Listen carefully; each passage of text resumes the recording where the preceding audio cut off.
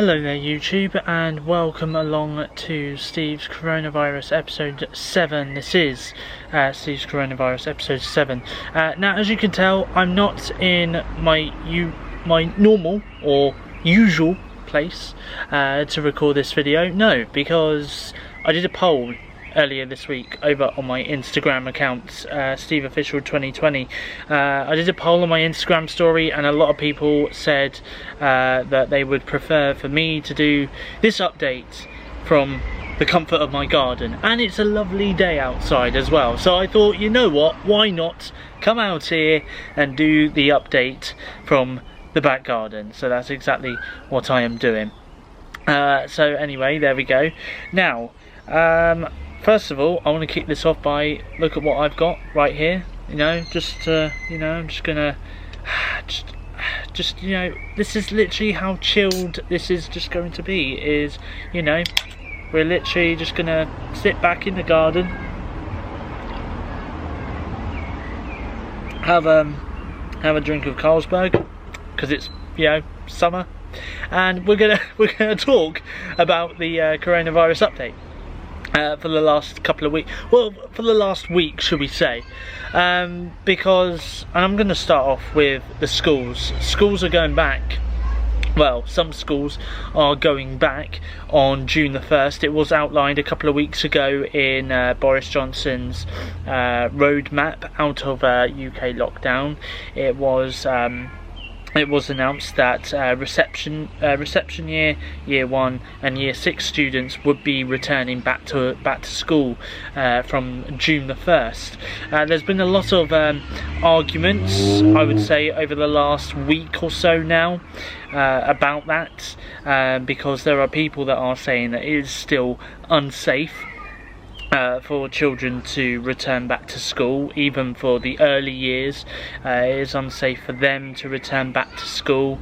So, and I think it's mainly the teachers' union, I think, that are actually saying that, that are saying that it is unsafe still for children to be returning back to school.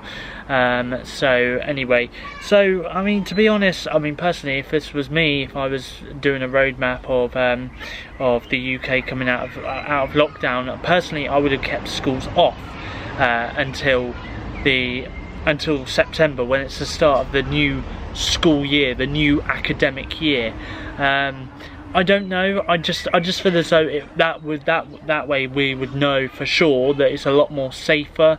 I think it would have gave teachers a lot more time to kind of come up with ideas about how to do social distancing in the classroom.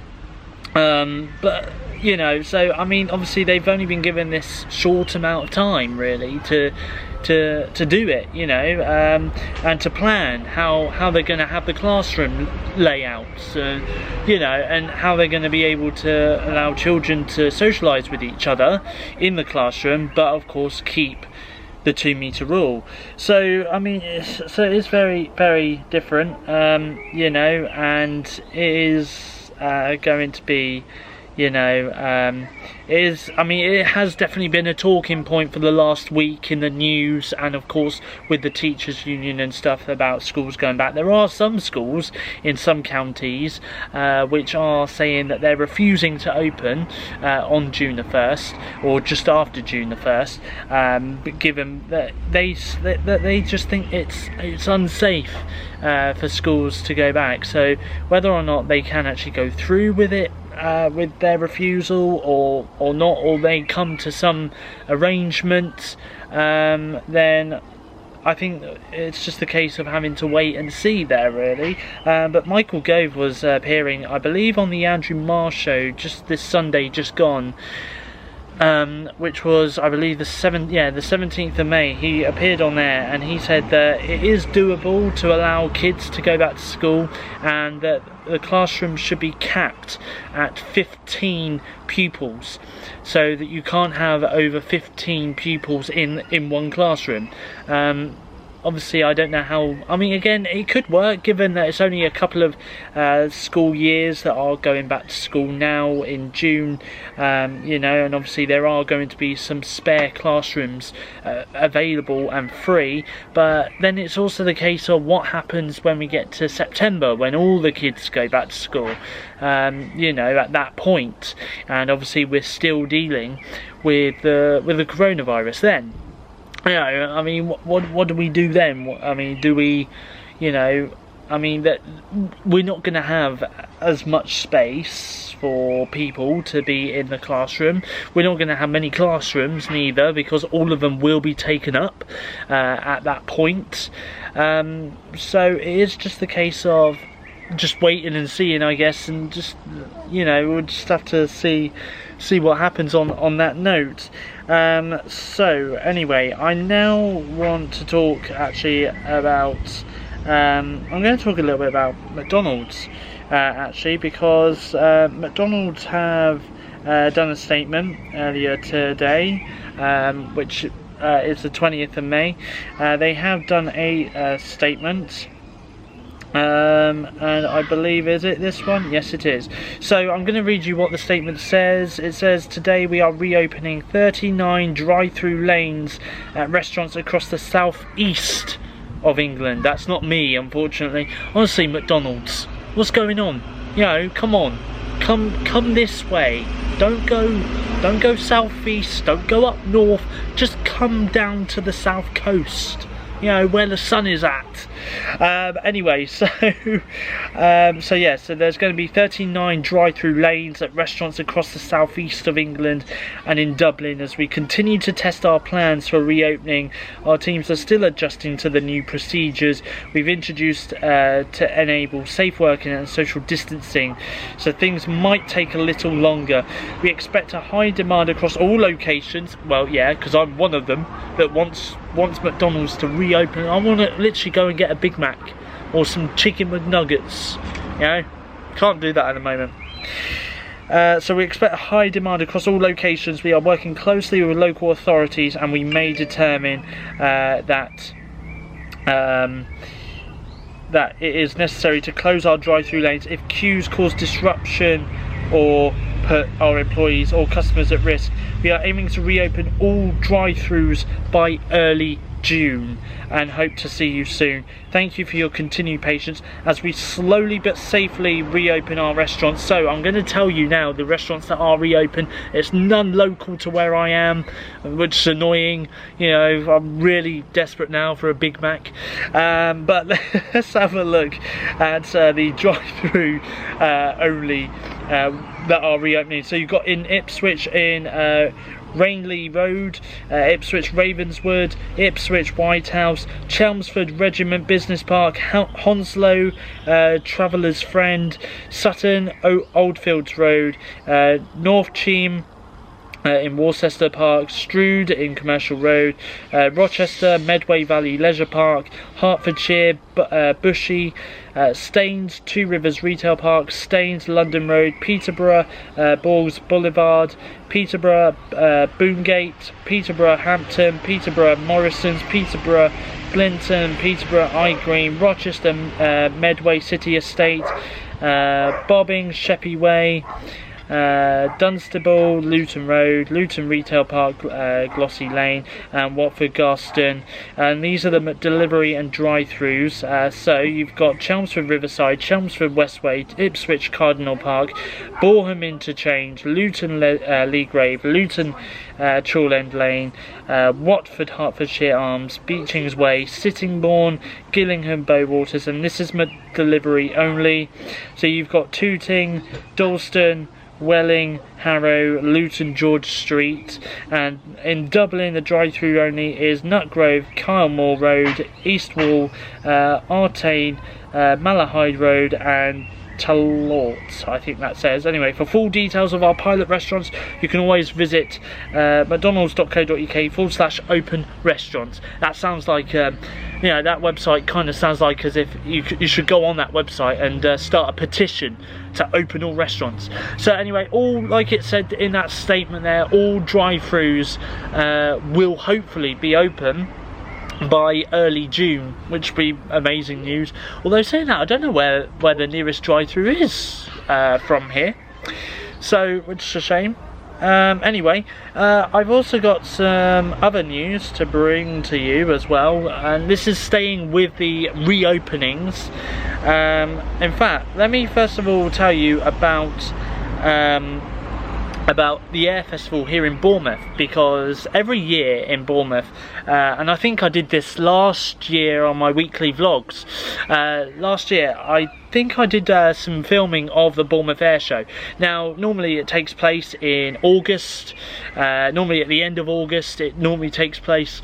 That's not going to be the case this year. It has been cancelled due to the coronavirus, obviously, and obviously with the fact that we can't have mass gatherings or anything like that. In fact, all outdoor activities in Dorset, well, in the Bournemouth, Christchurch and Poole area, have been cancelled this year throughout the summer. So I'm talking Christchurch Food Festival, which I think is normally on between July and August. Obviously the fireworks that are normally taking place on Bournemouth Beach every Friday night throughout the summer, that's been cancelled. And of course the main event itself in Bournemouth, the Air Festival, which attracts thousands and thousands of visitors every year, that has also been cancelled this year. The new dates for the Air Festival, by the way, book this in your diaries if you want, is the 2nd to the 5th of September 2021. So I'll repeat that again. The Bournemouth Air Festival 2021 is going to be on the 2nd to the 5th of September 2021. So there we go. That's a little bit of an update for you. I'm not too sure about the Christchurch Food Festival and when that's going to be back, but the weird thing is, though, I will tell you this, I've been looking at our Daily Echo website that we have here in Bournemouth, and the weird thing is a lot of people are actually saying that the Bournemouth Air Show should be scrapped completely, and I read somewhere today that there could be plans in place for their, instead of the Air Festival taking place in August, having some sort of Grand Prix go on. You know, I mean, I don't know, I mean, apparently that could attract tourists and visitors to the area. I mean, I don't know, let me know your thoughts on this. You know, would you like to see the Air Festival being scrapped, or would you like to see something different, like the Grand Prix, for example, that's being touted as one idea that we could have in place of the Air Festival from maybe next year or even the year after. I think the reason why people want it scrapped is because of the fact that it does cause a loss of air pollution, obviously, up in the air, with it being a festival with a lot of planes and stuff like that. So there we go. So anyway, I have got other things to tell you about.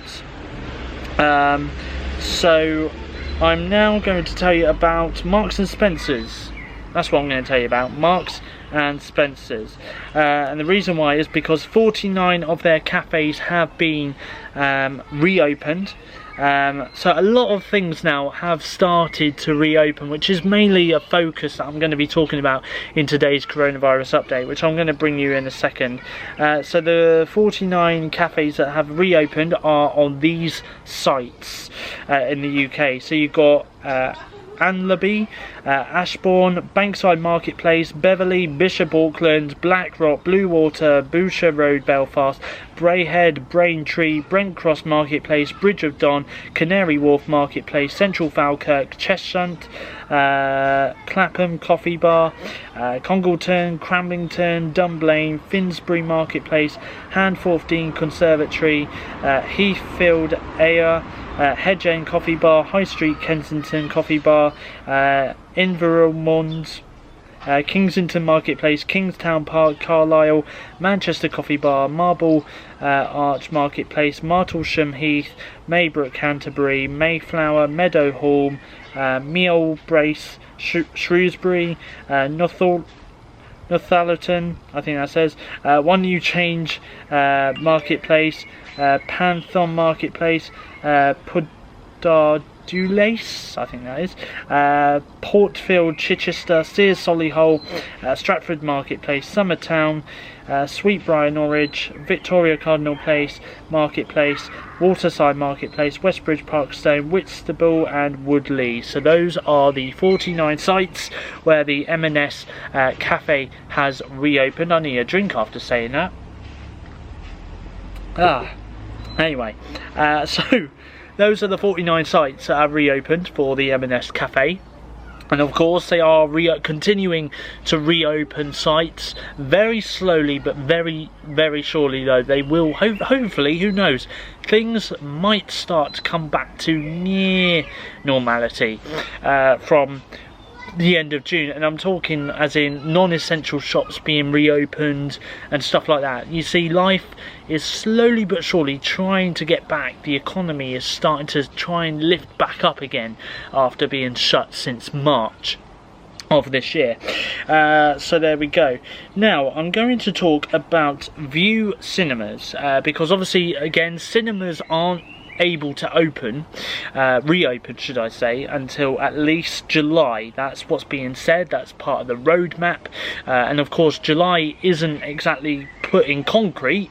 It all does depend as to how things are going in terms of the coronavirus and how we've handled it here in the UK, in terms of it, in terms of the spread, obviously. So who knows, it might be July that we might see cinemas and pubs and restaurants begin to reopen, or it could be a little bit later on. Obviously, if all goes well, fingers crossed, things might start reopening in July. Obviously it will abide by social distancing in restaurants and pubs, and obviously in cinemas as well.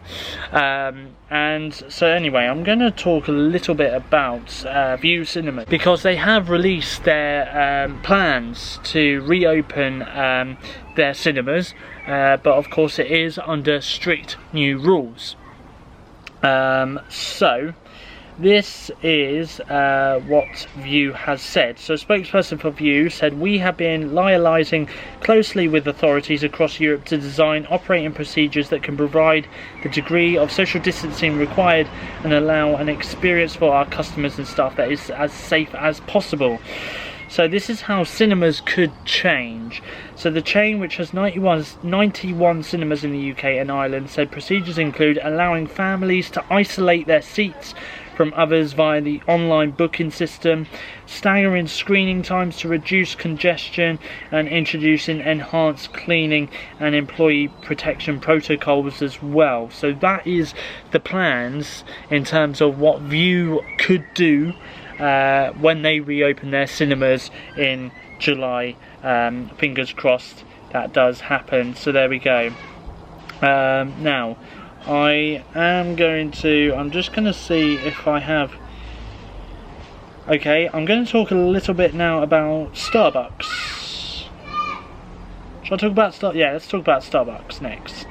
Because they have got 150 stores opening. And that's around 15% of the brand's UK stores. So I'm just going to see if I've got the full list somewhere, hopefully. Yeah, here we go. So this is the full list of Starbucks stores that are reopening. So we've got Exeter Honiton Road, Bridgend Waterton Retail Park, Pencode Technology Park, Cardiff Dunleavy Drive-Through, Corryton Longwood Drive, Cardiff Newport Road, Cardiff Tie Glass Retail Park, Swansea Fabian Way, Lansing Mallet, Magic Bean St David's, Plymouth Mutley Plain, Farnborough the Meads, Fleet Cove Road, Slough Brunel Way, Heathrow Bath Road, Reading Willow Tree Retail Park, Basingstoke Houndsmill Park, Liphook A3 northbound, Turnham Green Terrace, Newbury Retail Park, Clapham Old Town, Blackfriars Circus, Royal Wharf Starboard Way, Andover Woolworth, BP, Beckton Gateway Drive-Through, Luton Retail Park, Cheshunt Brookfield Centre, Belvedere Norman Park, Dagenham Elite Coffee Heathway, Portsmouth Lakeside Business Park, Portsmouth Burfields Road, Southampton Edge End Retail Park, Milton Keynes Place RP Drive-Thru, Brentwood High Street, Swindon Barnfield Close, Lowestoft Belvedere Road, Corby Weldon Connect, Kettering Cherry Hall Road, Wittering A1 northbound, Peterborough Autumngate, Peterborough Signet Road, Northampton St James Drive-Thru, Bedford Goldington Road, Leicester Welcome Break East M1 J20, and oh no, there's even more. Cambridge Fitzroy Street, Cambridge Newmarket Road, Nuneaton Bermuda Park, Stutterton Keveridge Suffolk, Coventry Tile Hill Drive-Thru, Oswestry Marlet A5, Shrewsbury Battlefield Drive-Thru, Sheffield Dreeks House Retain Park Drive-Thru, Wakefield Calder Park Drive-Thru, Wakefield Snow Hill Drive-Thru, Batley Bradford Road Drive-Thru, Leeds White Rose Drive-Thru, Checkeaton Centurion Way, Leeds Station North Concourse, Leeds Kirkstall Road, Leeds Harrogate Road, Bradford Clayton Road, Rochdale Manchester Road, Manchester Oxford Street, Manchester Barton Dock Drive-Thru, Ramsbottom Stubbins Lane, York Food Islands, Woolstanton Drive-Thru, Burnley Euro Garages, Barracks Road, Lincoln Romangate, Bolton Blackburn Road, Stoke-on-Trent Talk Road, Blackburn Beehive Business Park, Warrington Junction 9 Retail Park, Barton Under Needwood, Consent Puddlers Corner, Gateshead Metro Centre Retail Park, Newcastle Jesmond, South Shields Newcastle Road Drive-Thru, Anwick Willenborough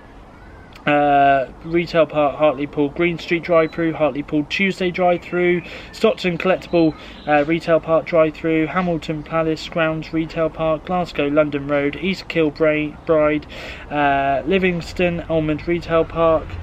What else have we got? Falkirk, Forth Valley Hospital, Broxburn, Edinburgh Road, Glasgow Great Western Retail Park, Linwood Phoenix Retail Park, Dunfermline 5 Leisure Park, Edinburgh Craigleith Retail Park, Edinburgh Sandwich Place, Johnstone West End High Street, Edinburgh Leith Walk, Perth Invermond, Inverness Rose Street, and that's pretty much it. So those are all the 150 Starbucks coffee stores that are going to be reopening, and of course they're going to be takeaways only. So there we go. Now I'm going to talk a little bit about fish and chips. Fish and chips. It's a great day for fish and chips. No, I might go and get some now. No, I've still got a YouTube video to do.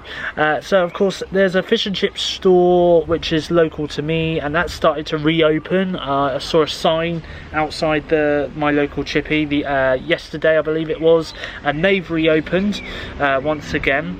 And then of course there is a fish and chips place opposite Bournemouth Beach. If you go to Bournemouth Beach, there's a fish and chip shop there called Harry Ramsden's, and I've had a few of their fish and chips there, and they're absolutely amazing. The halloumi burger, by the way, is insane.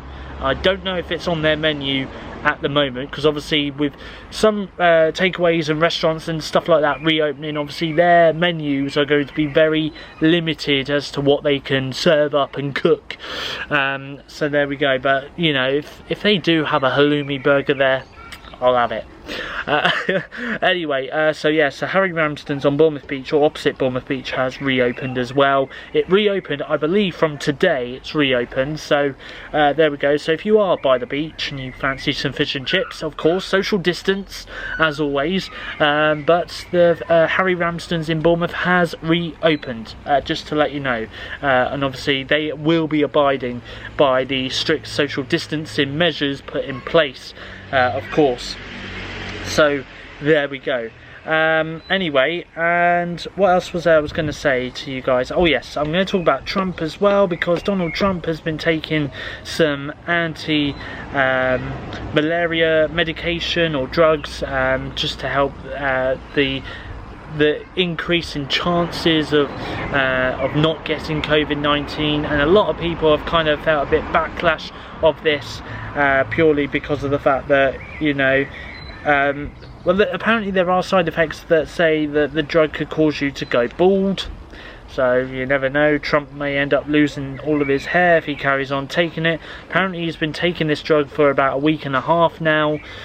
So, I mean, to be honest, there is no drug that is guaranteed to say that you will not be able to get coronavirus. I'm just going to put that out there now. There is no drug at the moment that can say that it will decrease your chances of getting coronavirus, you know.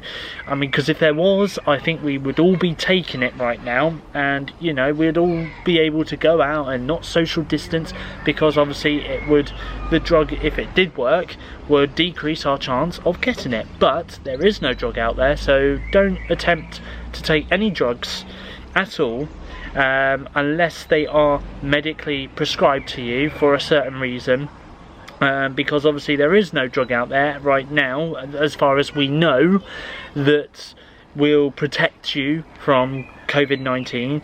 So this is just me saying out there right now, don't do it. Literally do not do it. You know, Trump is an idiot, we all know this, you know, and if he carries on taking it, he will either go bald or it could potentially kill him.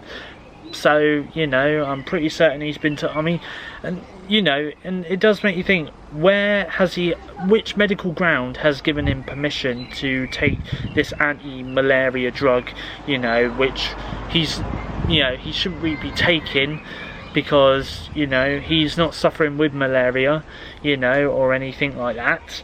So, you know, it's just stupid, really, and just absolutely ridiculous. And I've got to tell you about the 30th of February very quick as well. I've got to tell you about the 30th of February. Professor Van Tam has, well actually no, I'm going to tell you, it's been a bit of a roller coaster of a week, as it always is with the daily press briefings. At the beginning of this week, he said about there potentially being a vaccine by September if it all goes well with the Oxford University trial of the vaccine. And he said that if it does go well, then we will have at least 30 million doses of that vaccine available by September at the very earliest. That's what he said. 24 hours later, he then appears on another daily press briefing in the UK, and this is a scientist, by the way, and he said that we may have to live with coronavirus for several years. So in the space of 24 hours, he's gone from we should have a vaccine by September this year to we might not have a vaccine by September this year, and we may have to live with COVID-19 here in the UK for the next several years, because, you know, that might take that long for them to actually find a cure, to find a vaccine to cure COVID-19 and to protect us from getting the virus. So, you know, it's a bit weird, isn't it, really, that he said that, but there we go. Anyway, and he also, I believe he also said as well about allowing people to come into the UK. Apparently from the 29th of February they were already putting measures in place for people who were coming into the country to be quarantined, and he said about that starting from the 29th of February and even on, and believe this, the 30th of February, a day that never existed. You know, I know that this year, 2020, is a leap year, and, you know, we've had February's been and gone, and we're now in May at the time of recording this video, but, you know, I don't remember there being 30 days in February. You know, I'm pretty certain there was only 29 days in February this year. So, unless it's either that or I've literally slept under a rock for 24 hours or more than that, and I missed out on the 30th of February 2020, you know. So there we go. Anyway, and also as well, the devastating thing about this is there's an ONS report that gets released every Tuesday, and obviously one was released yesterday, and it's now feared here in the UK and Wales that at least 61,000 people have died with COVID-19. And it's just absolutely appalling that, you know, that is the case. You know, that is the feared amount of people that have died from COVID-19. It's just absolutely awful. You know, and also as well, to bring you up to date as well, here in the UK we have now surpassed 35,000 deaths here in the UK, which again is just absolutely awful. And I do think, and I do keep saying this, you know, that we could have had half of this had the government have acted a lot sooner than what they did. You know, I mean, literally, if they acted a lot sooner than what they did, then we would have had half of that. You know, we would have probably only had, I don't know, 10,000 deaths here in the UK at the moment. But the government didn't act soon enough, and I do find it absolutely appalling. They're also now advising Brits here in the UK who are being furloughed to sign up on the government website to go onto a farm and harvest crops, and I'm talking like picking berries and, you know, potatoes and all of that, all the harvest stuff. All the fruit, all the veg. They're urging people who are being furloughed, who are still being furloughed, to sign up on the government website and to see if they can go out and harvest some crops. Now, as soon as the government announced that, just a couple of hours later, that website crashed, which is a bit of good news, because it does mean that there are people out there that do want to go out, and obviously, in theory, they are getting paid for it, because the government are furloughing them for the job that they are already doing. You know, whether it's a non-essential shop worker or etc, etc, and at the same time they're doing their bit for the government by going out and harvesting crops, which is a good thing. It is a good thing, so there we go. But apart from that, I think that is everything that I wanted to talk about today in this video. Yes, I think it is. I'm going to stay out here, I think, and enjoy this beautiful sunshine, and again enjoy my beer as well.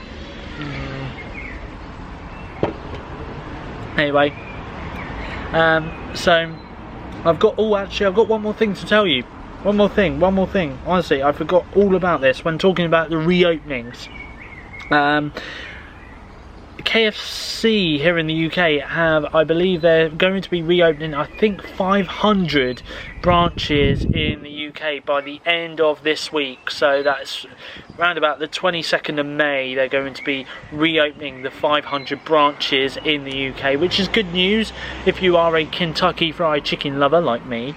But of course they haven't released the list, and to be honest, I'm not going to sit here and list all 500 branches in the UK that are reopening, because it's just literally going to take me forever to do.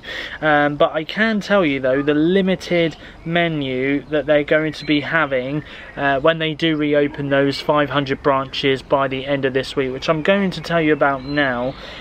So you have got, for sharing, you've got a 12-piece dipping boneless feast, 8-piece dipping boneless feast, 10-piece family feast, 6-piece family feast, 14-piece party bucket, 10-piece wicked variety bucket, 6-piece wicked variety bucket, 14-piece bargain bucket, 10-piece bargain bucket, 6-piece bargain bucket, and then you've got meals for one. You've got the 4-piece Colonel's meal, trilogy box meal, fillet burger meal, fillet tower burger meal, zinger burger meal, zipper tower burger meal, 3-piece boneless dip meals, 4-piece boneless dip meals, boneless banquet box meal, zinger stacker meal, 3-piece original recipe meal, 2-piece original recipe meal, popcorn chicken meal, fillet box meal, zinger box meal, mighty bucket for one, and then you've got the snacks and extras. You've got the chips, gravy, beans, corn cob, popcorn chicken, snack box popcorn chicken, hot wings times 2, 2-piece original 2-piece original recipe chicken, 1-piece original recipe chicken, mini fillet burger, snack box hot wings, snack box original recipe, snack box mini fillet, my favourite, the mega box, which is what I always go for when I have a KFC.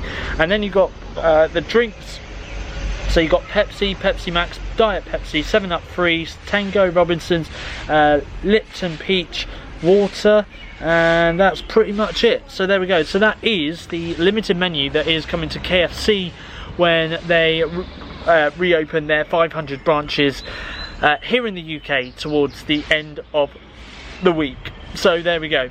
Anyway, so that's pretty much everything that I've got to update you on. Thank you indeed for watching this YouTube video for you.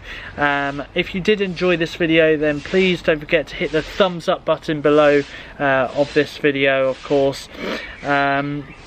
And I'm just trying to work out what my next, and don't forget to hit the subscribe button as well if you do want to stay subscribed to my channel. Of course, I've got loads of more great content coming up for you across the next couple of weeks. My next video will be out on Friday the 22nd of May. It is a gaming video. I'm going to be releasing my Rayman Classic iOS gaming video, which I've recorded through my iPad. So I hope you did enjoy this video. But from me though, it's goodbye, thanks for watching, stay safe, I'm gonna enjoy the sunshine, and it's from me, it's goodbye, thanks for watching. I'll see you guys in the next YouTube video.